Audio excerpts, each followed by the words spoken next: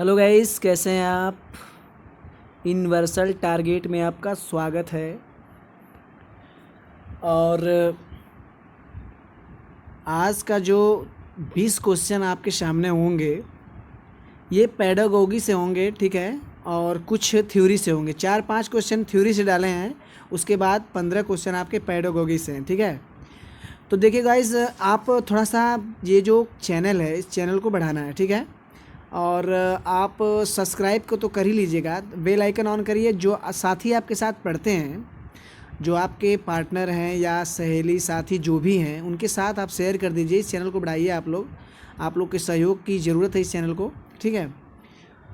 चलिए, पहला क्वेश्चन है, डिस्क्लेसिया किससे संबंधित है।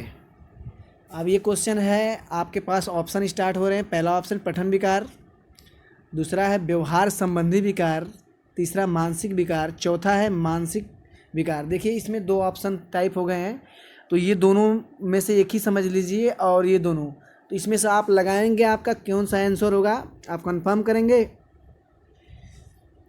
5 सेकंड आपको मौका दिया जाएगा।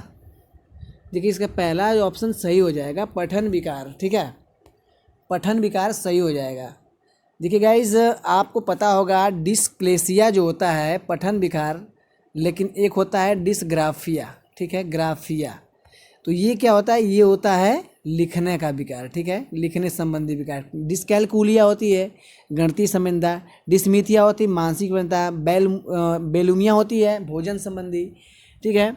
तो कई ऐसे समस्याएं हैं जो कि आप पेडागोगी में पढ़ने का आपको मिलेगा। देखिए, नेक्स्ट क्वेश्चन है, कौन सा सीखने के लिए अधिकतम रूप से प्रेरित करता है। क्वेश्चन है, कौन सा सीखने के लिए अधिकतम रूप से प्रेरित करता है। वाह कारक, असफलता बचने के लिए अभिप्रेरणा, बहुत सरल या कठिन लक्ष्यों का चयन, लक्ष्यों को प्राप्त करने के लिए व्यक्तिगत संतुष्टि। देखिए गाइज, आप इम्पोर्टेंट क्वेश्चन है, आप थोड़ा सा पढ़ेंगे, क्वेश्चन लॉन्ग पड़ेगा, कोई दिक्कत नहीं है। क्या बाहरी कारक से आप कर सकते हैं प्रेरित किसी को। क्या सफलता से बचने के लिए अभिप्रेरणा आप कर सकते हैं। बहुत सरल या कठिन लक्ष्यों का चयन करेंगे, या फिर लक्ष्यों को प्राप्त करने के लिए व्यक्तिगत संतुष्टि। तो बताइए गाइज, मेरे ख्याल से चौथा सही हो जाएगा। आप भी अपना उत्तर लगाइएगा, कमेंट में कितने सही कर ले रहे हैं आप देख लीजिएगा, ठीक है। चलिए, इसका ऑप्शन 4 सही हो गया। नेक्स्ट क्वेश्चन आपके स्क्रीन पर है, कौन सा कौशल संवेगात्मक बुद्धि से संबंधित है, ठीक है। गतिक प्रक्रमण, विचार करना, सहानुभूति देना, और लास्ट है याद करना। कौन सा कौशल है संवेग बुद्धि से संबंधित है, मतलब आपके संवेग पता है, आप लोग पढ़े होंगे संवेग। मैकडूगल साहब ने 14 संवेग दिए थे, और उस संवेदों में से एक संवेग जो आपको इसमें संपर्क करेगा और वहीं सही हो जाएगा, उसमें से अगर पढ़े होंगे तो, ठीक है। चलिए, इसका ऑप्शन तीसरा से हो जाएगा, सहानुभूति देना, ठीक है। नेक्स्ट क्वेश्चन आपके स्क्रीन पर, प्राथमिक स्तर पर मूल्यों की शिक्षा देने की सर्वोत्तम विधि है। प्राथमिक स्तर पर मूल्यों की शिक्षा देने की सर्वोत्तम विधि, मूल्यों को महत्व देना, मूल्यों के पालन न करने पर दंडित करना, अध्यापन के व्यवहार पर मूल्य स्थापन, उपयुक्त सभी। देखिएगा, इस 15 ये जो क्वेश्चन है, प्राथमिक स्तर पर मूल्यों की शिक्षा देने के लिए सर्वोत्तम विधि है। आप विद्यार्थी को किस तरह उसके मूल्यों की सर्वोत्तम विधि कैसे बनाएंगे, तो ये इम्पोर्टेंट है। तो मूल्य को महत्व देना, मूल्य के पालन न करने पर दंडित करना, अध्यापक के व्यवहार में मूल्य स्थापन। देखिए गाइस, ये तीनों सही हो जाएगा, यानी उपयुक्त सभी सही हो जाएंगे, ठीक है। नेक्स्ट क्वेश्चन आपके स्क्रीन पर, व्यक्तित्व के संगठन का स्वरूप है सामाजिक, आर्थिक, मनोवैज्ञानिक, शारीरिक, सामाजिक, राजनीतिक, और लास्ट है मनोवैज्ञानिक, आध्यात्मिक। व्यक्तित्व के संगठन की बात करेंगे तो देखिए, आप पर्सनालिटी पढ़े होंगे, और पर्सनालिटी जो शब्द है ये मनोवैज्ञानिक शब्द है, लेकिन आप संगठित कैसे होंगे, ठीक है। तो संगठित कैसे होंगे, राजनीतिक से होके, आध्यात्मिक से होंगे, शारीरिक से होके, और आर्थिक। संगठन, चलिए गाइस, इसका ऑप्शन सही हो जाएगा दूसरा वाला, मनोवैज्ञानिक, शारीरिक। अपना आंसर आप लोग कर लिया करिएगा। मूल्यों के वर्गीकरण में सम्मिलित नहीं है, मूल्यों के वर्गीकरण में सम्मिलित नहीं है, पहला है आध्यात्मिक मूल्य, दूसरा एन के प्रकार, आधारनात्मक मूल्य, नैतिक मूल्य, सांस्कृतिक मूल्य। देखिए आप अपना 3-5 सेकंड का मौका आपके पास लगाएंगे अपना उत्तर। देखिए गाइज, आध्यात्मिक मूल्य तो होता ही है, नैतिक मूल्य भी होता है, सांस्कृतिक मूल्य होता है। मेरे ख्याल से एन केन मूल्य जो है कोई मतलब इसका नहीं लग रहा है, इसका ऑप्शन सही हो जाएगा एन केन प्रकरणेन धनार्जन का मूल्य। ठीक है, चलिए नेक्स्ट क्वेश्चन। सीखने के लिए आकलन निम्नलिखित का ध्यान रखता है सिवाय, किसके सिवाय सीखने के लिए? ऑप्शन पहला विद्यार्थी की अधिगम शैलियाँ, विद्यार्थियों की क्षमताएं, विद्यार्थियों की आवश्यकताएं और विद्यार्थी की त्रुटियां। बताइए, सीखने के आकलन, आप किसी तरह किसी चीज़ को सीखते हैं तो उसका आकलन करते हैं। तो आकलन क्यों करते हैं? क्योंकि उसकी आवश्यकता होती है। ठीक है, ध्यान रखना सिवाय किसके? तो आवश्यकता के सिवाय, ठीक है, आकलन कर सकते हैं। तो ऑप्शन इसका तीसरा सही हो जाएगा, विद्यार्थियों की आवश्यकताएं। नेक्स्ट क्वेश्चन देखते हैं। जो नेक्स्ट क्वेश्चन है, बच्चों को गैर शाब्दिक दंड देने का परिणाम होता है। बच्चों को गैर शाब्दिक दंड देने का परिणाम होता है। पहला ऑप्शन है उन्हें कार्य करने की प्रेरित करता है, बच्चों की छवि का सुरक्षा करता है, उन्हें अंकों का सुधार करना और उनके स्वयं के प्रति अवधारणा को नष्ट करना। गाइस आप इसमें आंसर लगाएंगे, शाब्दिक दंड देने का परिणाम होता है उन्हें स्वयं की प्रति अवधारणा को नष्ट करना, उनको दंड का सुधार करना, उनकी छवि का सुधार करना, उन्हें कार्य करने का। इसका ऑप्शन चौथा से हो जाएगा गाइस, उनके प्रति अवधारणा को नष्ट करना। ठीक है, अगला देखिए क्वेश्चन। बहुबुद्धि सिद्धांत निम्नलिखित नेतार्थ देता है सिवाय किसके? विषयों को विभिन्न तरीकों से प्रस्तुत किया जा सकता है, विभिन्न तरीकों से सीखने का आकलन किया जा सकता है, संवेगात्मक बुद्धि उपलब्धि से संबंधित नहीं है, बुद्धि प्रकरण का समय क्रियाओं का शाब्दिक समुच्चय और जिसमें सबका समाधान होता है। गाइस बहुबुद्धि सिद्धांत आप पढ़े होंगे, किसने दिया है? नाम आप जानते होंगे, उनका नाम क्या है? गार्डनर। ठीक है, गार्डनर ने, और कितनी बातें कही हैं गार्डनर ने? बहुबुद्धि में 9 मानसिक बातों को लिया है। तो ऑप्शन इसका चौथा सही होगा या तीसरा सही होगा? संवेगात्मक बुद्धि लब्धि संबंधित नहीं है। सही गाइस, यही क्वेश्चन सही हो जाएगा। मुझे लग रहा था कि चौथा सही होगा, लेकिन सही है, बुद्धि लब्धि संबंधित नहीं है। नेक्स्ट क्वेश्चन देखिए। प्रतिभाशाली विद्यार्थी को डैश से जुड़े प्रश्न अधिक समय देने के लिए कहा जा सकता है? समझ का, सर्जन का, विश्लेषण का, स्मरण का। देखिएगा, इस समझ का मतलब किसी चीज़ को आप किसी चीज़ का अनुकरण करते हैं। ठीक है, अनुकरण। ठीक है, तो आप समझते हैं। सर्जन क्या होता है? माइंड में सेटअप करेंगे उसको। विश्लेषण क्या होता है? देखिए 2 शब्द होते हैं, एक विश्लेषण होता है, एक संश्लेषण होता है।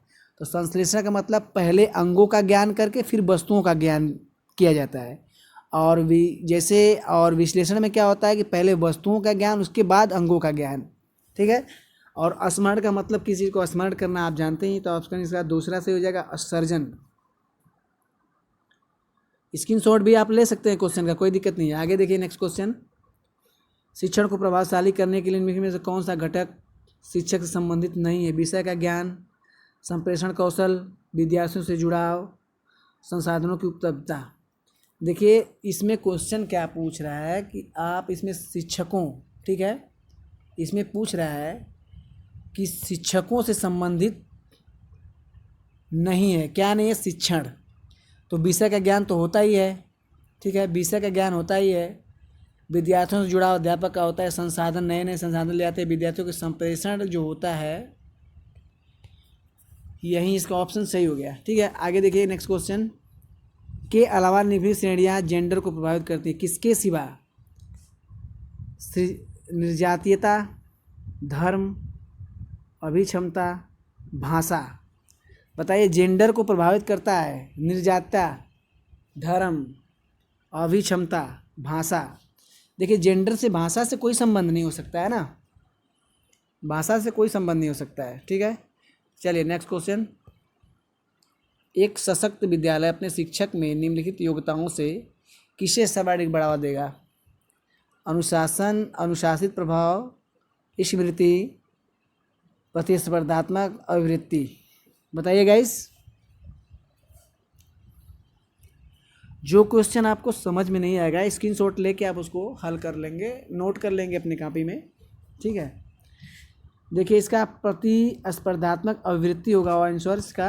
नेक्स्ट क्वेश्चन, विद्यार्थियों की शिक्षण में अधिगम से अधिक भागीदारी निम्नलिखित विधि के द्वारा संभव है। किसके द्वारा? व्याख्या विधि, पाठ्य शब्द सामग्री, वार्तालाप विधि।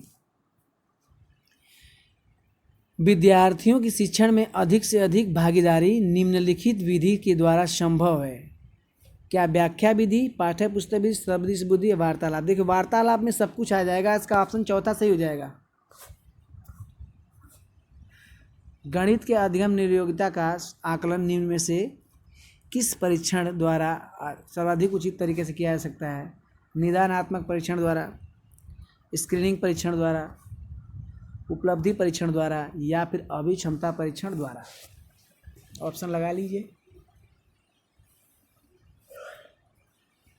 चलेगा इसका निदानात्मक परीक्षण, किसी चीज़ का निदान निकालना, ठीक है। आगे देखिए, कक्षा में जेंडर रूढ़िवादिता से बचने के लिए एक शिक्षक को क्या करना चाहिए? लड़कों को जोखिम उठाने और निर्भीक बनाने के लिए उत्साहित करना। लड़के लड़कियों को एक साथ अपारंपरिक भूमिकाओं में रखना चाहिए, ये भी अच्छा है। अच्छी लड़की अच्छा लड़का कहकर विद्यार्थियों के अच्छे कार्य की सराहना करनी चाहिए।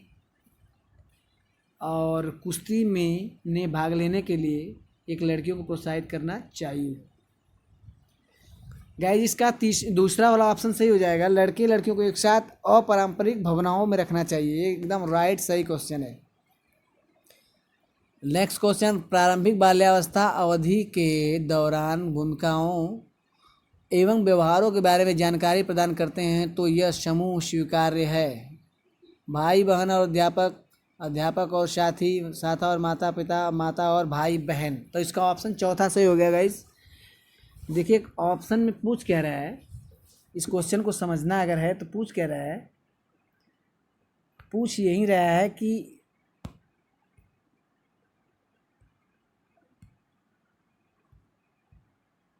प्रारंभिक बाल्यावस्था अवधि के दौरान, मतलब प्रारंभ में जब बाल्यावस्था में बच्चा रहेगा तो सबसे पहले किससे जुड़ेगा? तो परिवार से ही जुड़ेगा, और परिवार में माता पिता भाई बहन रहते ही है।